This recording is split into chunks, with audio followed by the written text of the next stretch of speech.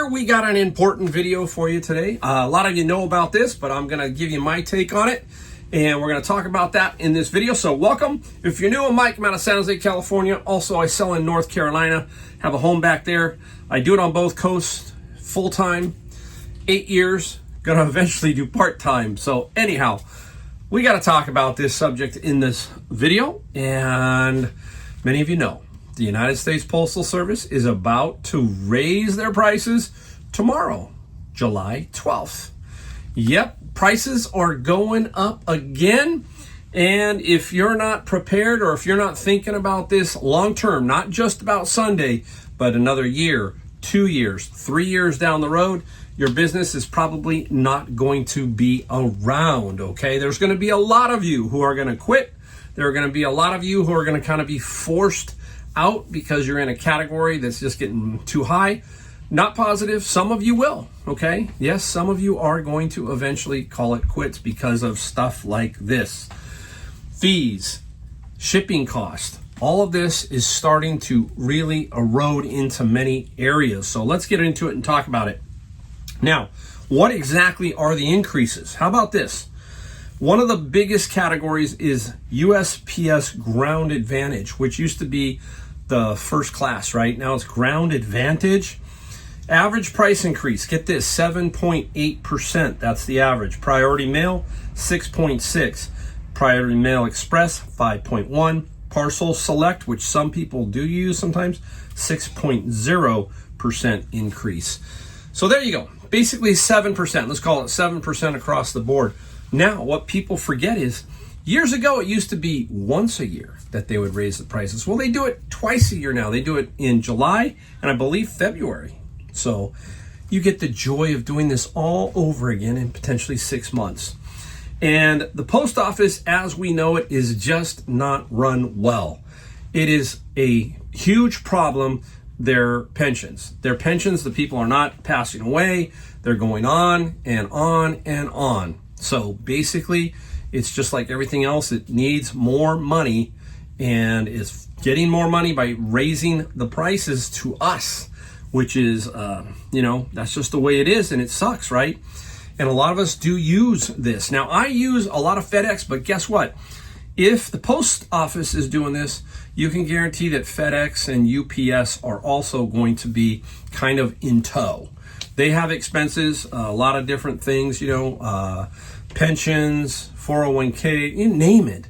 They all have it. So we, as resellers, are going to have to really change some of our thinking, okay? Because a lot of us are not thinking, and we need to figure all this out. Now, there is something else you got to keep in mind. Let me give you something else to think about. So basically, there is going to be a $7.50 hazmat handling fee for qualifying shipments, okay? And potential $50 penalties for improperly declared hazardous shipments. So if you're dealing with that area, and that means batteries and everything else, okay? So we do ship batteries. That's why I don't ship any kind of battery with a unit unless it has to go with it, like those little point and shoot cameras. I don't know. So again, all of this is going to be taking effect July 12th. They did say some of this stuff about this, the hazmat fees and stuff. They are going to be slowly bringing that on board. It's not going to just happen and boom, hit you, right? But think about this, okay? Higher shipping costs, especially on Ground Advantage and Priority Mail, okay? It's more important ever to measure your boxes accurately, right? Dimensions are now a big deal, particularly if you buy postage through eBay or another shipping platform, Pirate Ship. They're going to get hit too. All of them are going to get hit, right? UPS wants accurate package dimensions on almost every single shipment. Yes, I have always measured my packages, even under 1 pound. Always. I always put a number in there, so I'm already used to doing that. I shouldn't have a problem. But some of you don't, and you're going to have to do that. You're going to have to put in your measurements on every single package. So keep that in mind, right? Now, how are we going to combat this? Okay. You're going to have to be extremely aware of what it costs to ship. That's the key to this. Now, I can tell you that a few years back, 3-4 years ago, I had a number in my head for 1 pound. That was about $6 to $7, anything under a pound. My new number is now $10. That's like $9.95, and that's bare minimum. That means you get the increase from the post office, and don't forget, what does eBay do? Say you charge $10 for shipping, they are going to take the percentage of your category. I do a lot of books. It's 15%.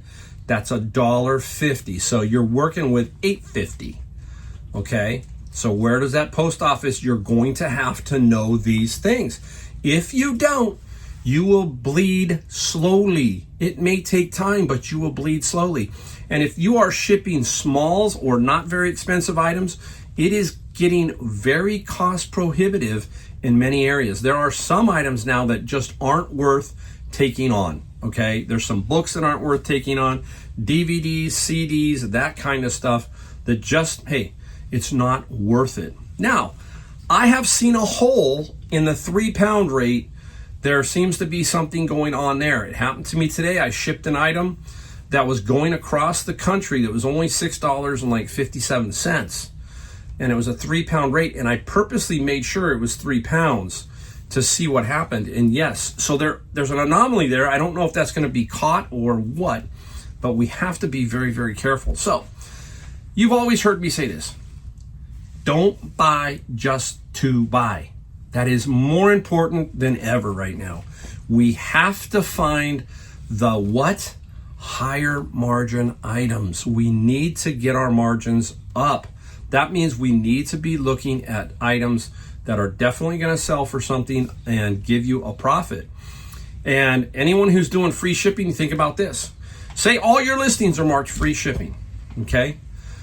You're dead in the water, okay? That's it. Your number, if you, you're subject to whatever it is. So if you were thinking your item was going to be $5 of profit, it now may be $4. It may be $3.50.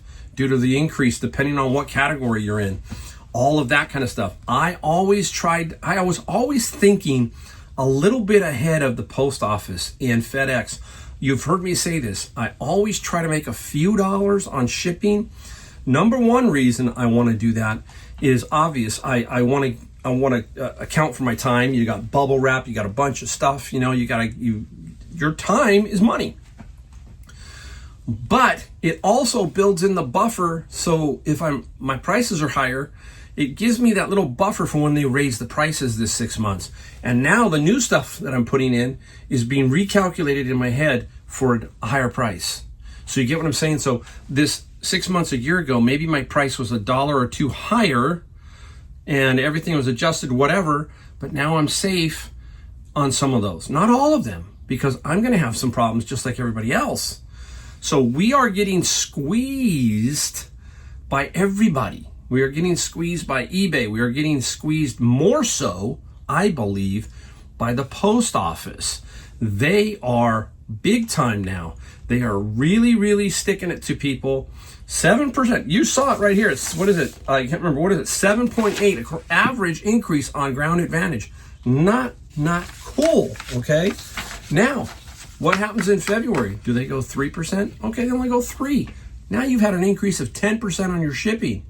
What does that do? $30 item, 33 now. You kind of get it. You get the whole thing. So the bottom line is you need to know these. I'm going to tell you what you need. The sellers who are going to survive aren't necessarily the ones who find the coolest items, okay? They're the ones who do what? Protect their profit. Period, okay? Sometimes making another $5 on an item is easier than trying to save 50 cents on shipping. Get it? Don't buy just to buy. Find better items, find bigger margin items, all that. We must know our numbers.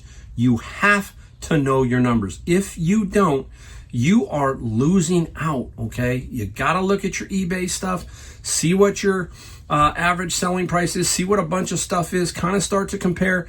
Don't be afraid to put the shipping amount. hey, if the item is worth something, somebody's going to come in and see it. Eventually, people are going to have to start changing and, move their prices up higher due to the shipping. All right. You got to know your margins. Know if you're a $20 item seller, and that's where most of your items are, you got to really figure out, where's my margins? Is it going to be worth it? All of that kind of stuff. You've got to know that, right? And then run your business like a business, not a hobby. Okay. Not a hobby. So you got to keep all those in mind. I'm going to leave you with this too. I was thinking about this. Here's the problem we have, right? We got a lot of people out there that are selling items.